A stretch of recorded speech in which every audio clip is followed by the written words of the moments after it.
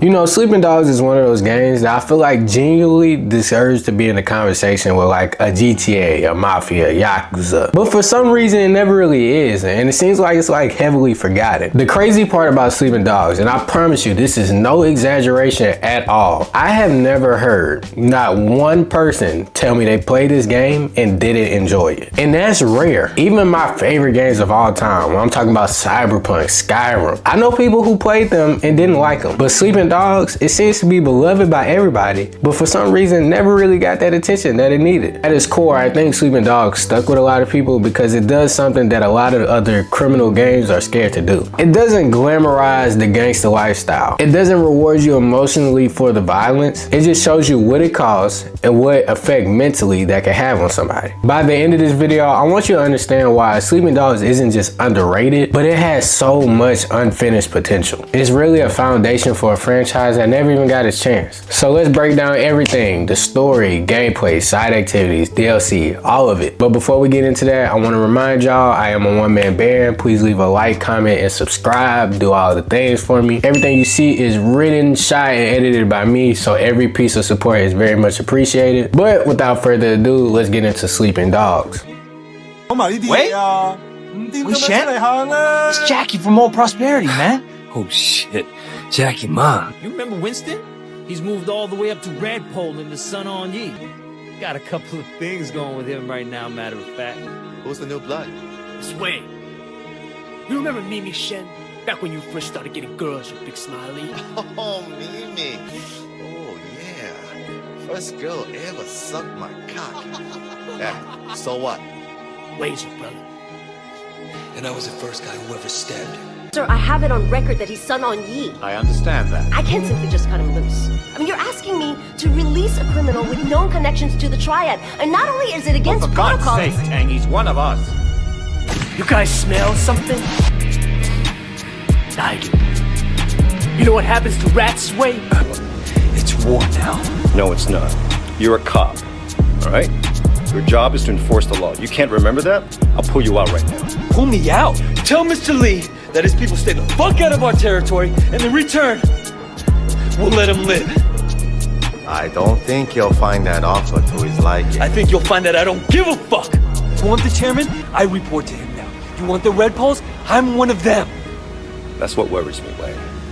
You're one of them. Before we get into the story of Sleeping Dogs, let's see how Sleeping Dogs came to be. Before Sleeping Dogs became one of the most underrated crime games ever, it almost died multiple times, and not in a dramatic way either. I'm talking publisher pullouts, studio shutdowns, multiple name changes, and a game so close to cancellation that it literally had to be saved at the last second. Originally, this game was supposed to be called True Crime Hong Kong, which is actually ironic because my last video on Prototype, which if you haven't watched, you should watch that, was going to be called True Crime Prototype. Unlike Prototype, I definitely could see how Sleeping Dogs could be a true crime game. Development was handled by United Front Games, a Vancouver-based studio made up of veterans from Rockstar, Radical Entertainment, and other major developers. These weren't amateurs, these were real people who understood open world design. And they wanted to make something that stood apart from GTA, which it definitely did. Only problem with the game was that the publisher situation was a mess. See, Activision was publishing True Crime Hong Kong, and by 2010 they weren't happy. The project had gone over budget, development was taking longer than expected, and the True Crime brand itself wasn't even exactly thriving. So Activision did what Activision does. They canceled the game. Not delayed, not reworked, just canceled. And just like that, years of development was just about to disappear. United Front Games was staring down the barrel of layoffs, and the game was basically dead. But Square Enix came to save the day. Square Enix saw potential where Activision didn't. They bought the rights to the game, but not the True Crime name. So United Front Games was forced to change the name, and that's how we got the name Sleeping Dogs. Some of you may not know what Sleeping Dogs meant, myself included, but the title actually is a reference to the popular saying, "Let sleeping dogs lie," meaning don't wake up trouble that you can't control, which is pretty much what the whole game is about if you've ever played it. Under Square Enix, the development cycle definitely went a lot better, and in 2012, we all got Sleeping Dogs.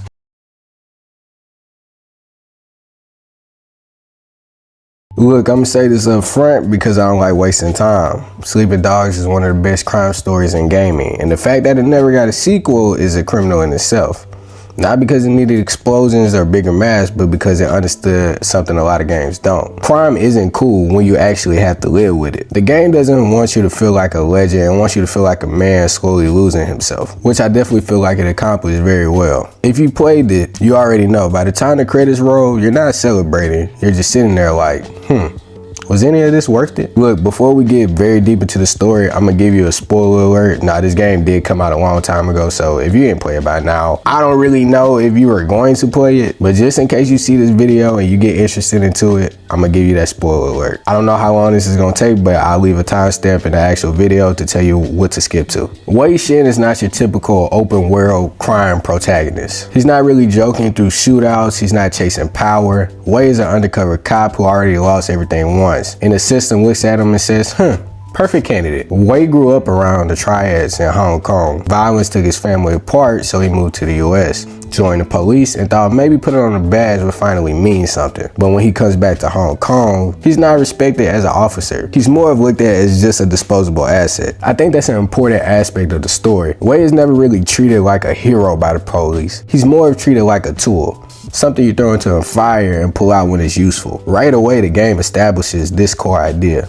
You don't really belong anywhere anymore. Wei's mission is to infiltrate the Sun On Yee Triad, one of the biggest criminal organizations in Hong Kong. The crazy part is that if they ever found out Wei was an undercover cop, they would literally kill him instantly. If you don't believe me, watch this clip. You guys smell something? I do.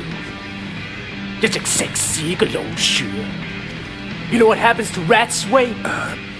Yeah, I heard. Conroy gave me all the details when he was helping me out on that midway. You so serious! Who the fuck do you think you are, huh? You come in out of nowhere and suddenly our guys start to get arrested?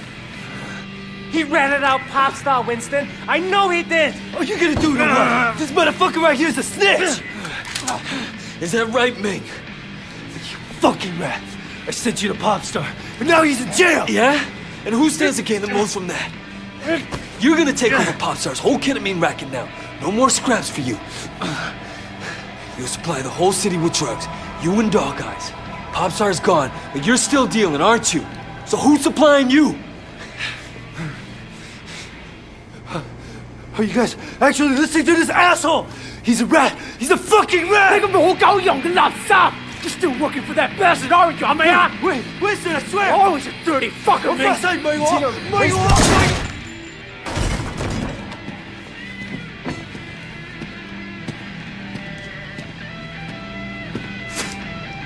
Fucking rat.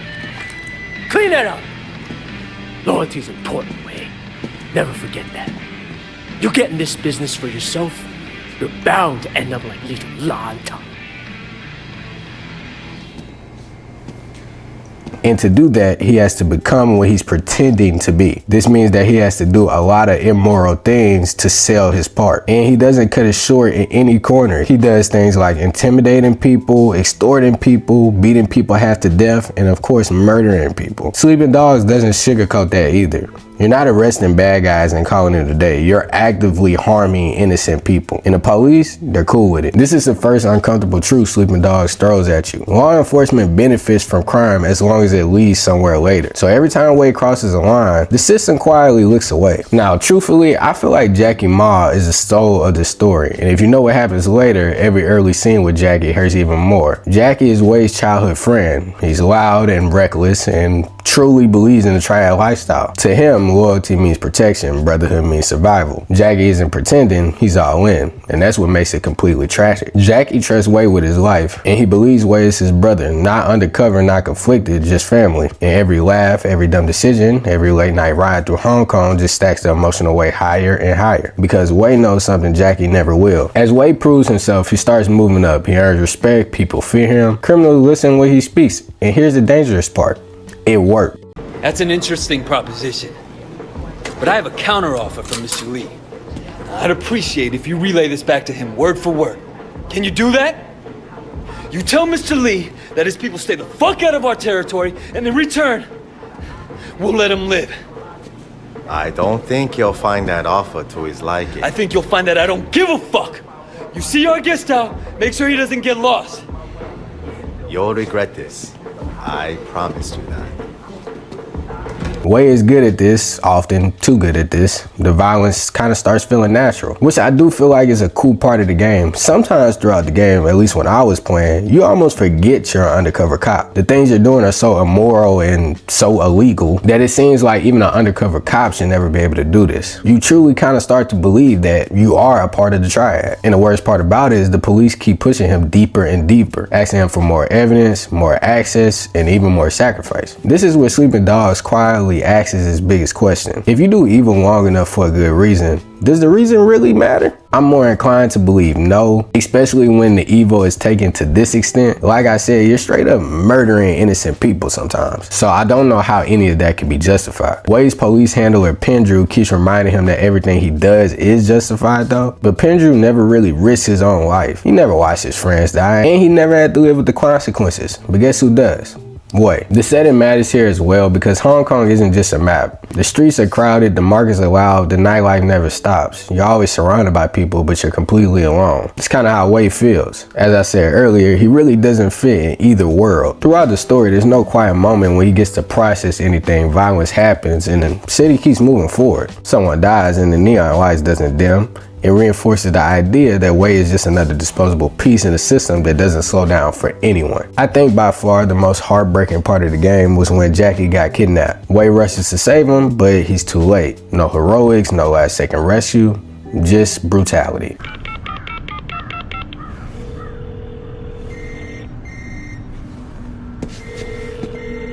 Jackie! Jackie?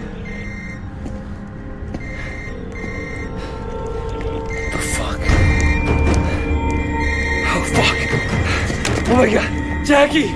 Ah, fuck! Jackie!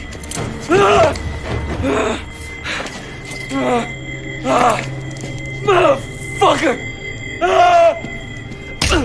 This is a moment Sleeping Dogs separates itself from almost every other crime game. Jackie doesn't die to motivate Wei. He dies because that's what happens in this world. Loyalty didn't protect Jackie. Being good didn't save Wei. Jackie believed in the gang system and the system ate him alive, which is a really hard pill to swallow. Wei is forced to watch it and you feel it. And while this scene does provide shock value, you know it's more of just a consequence of the way these guys chose to live. From here on out, Wei is no longer just undercover. He's angry, he's grieving, and he's done pretending like the mission is worth it. After Jackie's death, Wei starts pushing back against the police. That's when the truth comes out. Inspector Pendrew is corrupt. He's been using Wei's crime as leverage, protecting himself for pretending it's all for justice. Superintendent Pendrew, I'm surprised to see you. You're the one who chased my boys away? Oh, you know why I'm here. I can imagine all sorts of reasons. I'm sure you will tell me. I'm moving on to greener pastures, but not without taking care of some unfinished business with you and Sonny first. We had a deal, did we not, Pendrew? I gave you the 3 Tigers. It made your career. And I let you and Sonny continue operating. A sacrifice you were willing to make. At the time. I'm putting Sonny away, and with you gone, I'll finish this once and for all.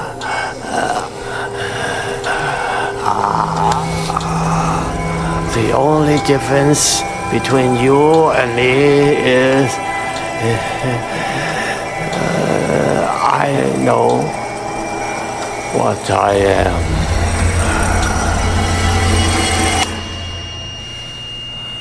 And suddenly the line between cop and criminal completely disappears. I really feel like this is one of the best twists in the game, because while you're already questioning if the things you're doing are morally right, you are then reminded that the people who are telling you these things are justified don't have a very high moral compass either. The triads are obviously very violent and ruthless, but the police are manipulative and cowardly, and honestly, if you want to call them police, because they're pretty much criminals. Everyone is compromised, everyone is lying, and Wei realizes that no one actually cares about what this mission has cost him. So he makes a choice. Wei eventually ends up exposing Pendrew.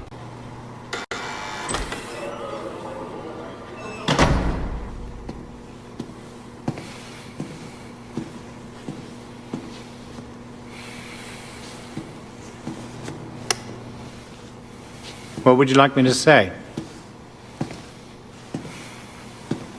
Whatever I did, I made Hong Kong a better place. I served the greater good. But you let them get to you. You abandoned your duty, officer, and became one of them. You deserve to be handed over to Big Smile Lee. Did I? Well, Pendrew, I guess everyone gets what he deserves. Including you. You ready for life in prison? What? Because all your old buddies are gonna be waiting for you. I made sure they found out what you did to Uncle Po. That's a fucking death sentence. I know. Where you can't. I won't last a day in there. That's the plan. He refused to be controlled anymore. At the same time, he finishes dismantling the Sun On Yee from the inside. Betrayals stack up, leaders fall, the organization collapses under its own corruption. But the sad part is at the end, I don't really feel like it feels like a victory. There's no celebration, no sense of justice being restored. Just a quiet understanding that a lot of people died and the city will move on like it always does. At the end of the game, Wade does ultimately end up surviving, but that's the only reward. He doesn't get praise, he doesn't get a lot of peace. He walks away knowing he did what he was asked to do, but knowing it also cost him his friends, his identity, and his sense of right and wrong. So, what are you gonna do now? I don't know. Job's over, but I don't really have anywhere else to go. Strange to say it after all that's happened, but Hong Kong kind of feels like home. Yeah. But which Hong Kong, officer? I think that's why Sleeping Dogs sticks with a lot of people. It doesn't lie to you. It doesn't pretend undercover work is glamorous. It shows you exactly what it takes, and it asks whether any result was really worth that price. A question I still ponder to this day. Personally, I've always been under the ideology that no wrong could justify any right. And subconsciously, this game might have been a big pusher of that ideology. Like I said, I really feel like Sleeping Dogs had one of the best stories that I've ever played through. Definitely top 5 for sure. Now, I will be honest, I do feel like Sleeping Dogs was looked at like a GTA clone, but I feel like the reason Sleeping Dogs never really got the mainstream appeal that GTA got was definitely not because of the story, it was more because of the gameplay, which we'll talk about now. The gameplay for me was not a deal breaker, but I do feel like it appeals to a very specific person. I'm always a person who's been really into martial arts, so playing through a game where the main source of combat was hand-to-hand was really cool. But everybody really isn't that interested by that type of stuff. But I will say, if you are a person who is into that and finds those things cool, you'll be extremely satisfied with this game. Like I just said, I feel like hand-to-hand combat is the real star of the game. The system is heavily inspired by martial arts films and the Arkham free flow combat style, but it adds its own flavor. Combat is fast, brutal, and personal. You're not spamming buttons hoping something lands, you're reacting, countering, and positioning. Wei Shen fights like someone trained to end fights quickly. Counters are sharp, combos flow naturally. Enemies don't politely wait their turn either. You can get overwhelmed fast if you're sloppy. And then you have environmental kills, which are still definitely some of the most savage in open world games. My personal favorite and the one that stuck out to me the most was how it sounds when you break somebody's leg in the game. Ooh, that still kind of makes me wince a little bit when I see that. But to go back to environmental kills, you can slam someone's head through an AC unit, throw them through fish tanks, smash faces into car doors, or dropping them on meat hooks. At least in my opinion, none of this feels cartoony. It feels violent in a way that makes you go, yeah, that definitely killed them. Which fits the tone perfectly. Weapons do exist in the game, but they're intentionally limited. You could grab pipes, knives, cleavers, and crowbars, but they break. Guns are powerful, but rare, loud, and dangerous. And I will be honest, whenever I actually had to play one of the sequences with a gun, it never really felt that good anyway. I think the design choices forces you to stay grounded. You don't really feel like John Wick, you more feel like Bruce Lee, which I do want to add is an outfit that you could put on in the game. Driving is also a feature in this game. And I would say like it's functional, but I personally don't like it that much.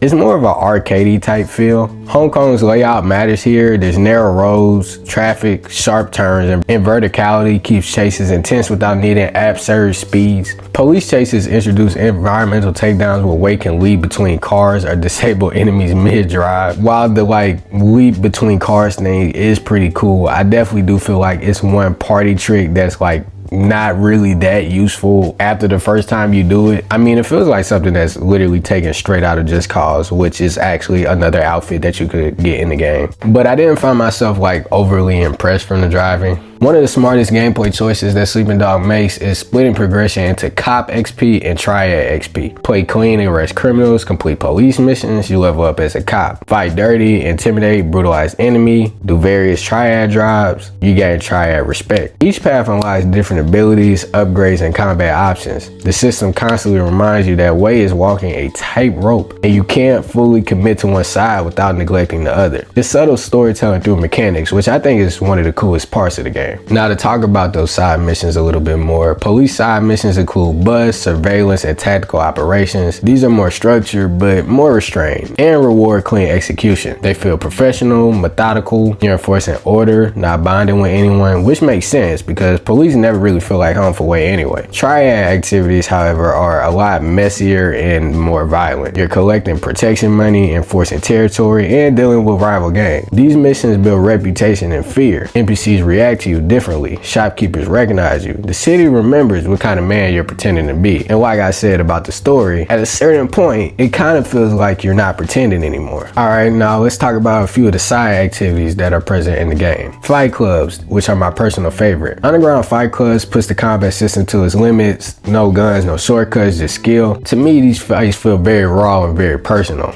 And they're some of the best optional content in the game. They also allow you to unlock a lot of different moves, one being that leg break I referred to earlier in the video. I would 100% recommend you playing through these if you have not yet. Street races, which are honestly something I honestly hate. I hate any game who has races as a side activity. Bro, if I wanted to participate in a street race, I'll just play Forza. I know everybody might not have that opinion, but that's just the way I see it. Dates and relationships.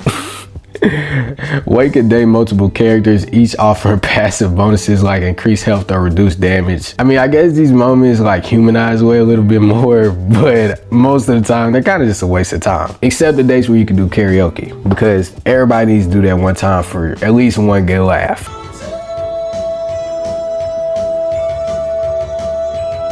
I think what makes Sleeping Dogs special in this regard is that it's not just held up by a single mechanic. It's how everything works together. Combat reinforces character, progression reinforces theme, side activities reinforce immersion. Nothing feels disconnected. Nothing feels pointless. Not grinding content, all of this stuff really does feel enjoyable if I'm being honest. But ultimately, it's about surviving a city that doesn't care if you make it out or not. A big positive for me is that Sleeping Dogs doesn't overwhelm you with systems. It trusts you to engage, learn, and feel the weight of what you're doing. That's why the gameplay still holds up. It's focused, it's intentional, and all the side activities serve the main story instead of fighting against it. And that's pretty rare in my opinion. One thing I can respect about Sleeping Dogs is that the DLC didn't just reskin missions and call it a day. These expansions experiment. Sometimes they land perfectly and some of them are a little bit more messy, but none of them feel lazy. Each expansion explores a different side of Wei Shen and a different genre of action storytelling. Year of the Snake is probably the most grounded expansion. Chronologically, this takes place after the events of the base story. Wei Shen is no longer undercover. He's back as a straight up cop. And Hong Kong is celebrating the Chinese New Year. Fireworks everywhere, streets packed, chaos waiting to happen. Instead of triads, the main threat here is a doomsday cult made up of former criminals and extremists who believe the city needs to be cleansed. And right away, the tone is different. Wei isn't pretending anymore. He's enforcing the law openly. That alone changes how the gameplay feels. I think the main differences in this expansion pack is that they're more police focused and more gunplay. This DLC leans heavier into shootouts, which some people liked and some people didn't. I'm more on the side of didn't. Like I said, I don't think gunplay was ever really the strong suit of Sleeping Dogs anyway. So if you came to Sleeping Dogs mainly for the martial arts combat, Year of the Snake might feel a little less special. But narratively, I think it makes the most sense. I think the biggest disappointment, at least to me, was that Wei is no longer walking a moral tightrope. He's dealing with the consequences of the city he helped destabilize. Year of the Snake is more about aftermath. What happens when the triads fall? The city doesn't magically fix itself, crime just evolves. Extremism fills the vacuum, and violence finds a new shape. It's not flashy, but it's mature. Alright, to move on, let's then talk about my personal favorite DLC. I'm sure by hearing me talk, you can already guess what that was. It's the Zodiac Tournament. which is the pure martial arts fantasy. In the Zodiac tournament, Sleeping Dogs is going full on Bruce Lee, Enter the Dragon mode. And like I said, I couldn't love it anymore. The setup is simple. Wei is invited to a secret martial arts tournament hosted on a private island. No guns, no cops, no backup, just fighters around the world beating the brakes off of each other for money and reputation. And I think this DLC understands exactly what people love about the game, because it strips everything down to just the core combat system. And that's why it works so well. There's no distractions, no undercover politics, just skill. I think this DLC is a little lighter and more unapologetically cinematic. It knows it's a martial arts fantasy and leans all the way in. If the base game is a crime genre, the Zodiac tournament is like a martial arts movie. And once again, I could not love it more. Alright, now let's talk about Nightmare in North Point, most likely the wildest one. Nightmare in North Point is pretty much Sleeping Dogs saying, what if we made a supernatural horror DLC and didn't explain it? Wei wakes up in a cursed version of Hong Kong, the streets are empty, fog everywhere, demons roaming around, ghosts, Chinese folklore monsters, and suddenly the grounded criminal game turns into a mythological horror experience. Here's the thing though. Nightmare in North Point really isn't random. Thematically, it works as a manifestation of Wei's guilt. The demon, the isolation, and the cursed city, it all feels like his subconscious catching up to him. This is Wei facing the ghosts of everyone while it's during the mission. I mean, of course it's not canon in a literal sense, but it's emotional canon. And I think if you look at it from that perspective, it hits harder than a lot of people give it credit for. Beyond the big expansion packs, Sleeping Dogs also had costume packs, weapon packs, vehicle packs, martial art outfit bonuses. Some of these I kind of referenced earlier, and they're not essential, but they are fun. Two of the ones I mentioned earlier were like the Bruce Lee outfit and the Just Cuz outfit. And like I said, I'm completely okay with these because these were never meant to be anything more than just fun. Sleeping Dogs really didn't fail creatively. What? Sleeping Dogs really didn't fail creatively, it failed commercially. And that's the real tragedy, because this game not only proved that it could give a great grounded crime story, but also had the potential to provide a martial arts fantasy. All on the same foundation, which sounds like a great pitch for a franchise, but we'll never get it. I feel like it's great that Sleeping Dogs never really asks you to feel good about what you're doing. It just asks you to understand it. Wei Shen isn't remembered because he won. He's remembered because he survived something that should have destroyed him. And that's why a decade later, we're still talking about that. Look, if you enjoyed this video, please leave a like, comment, subscribe, do all the things. I truly appreciate every single person who tuned in today. And one more thing before you go. Who are you? Wei Shen, motherfucker, who are you? Oh, so the big triad gangster is mad now? Only the big triad gangster can sleep with other people? Whoa, triad? I'll see you later.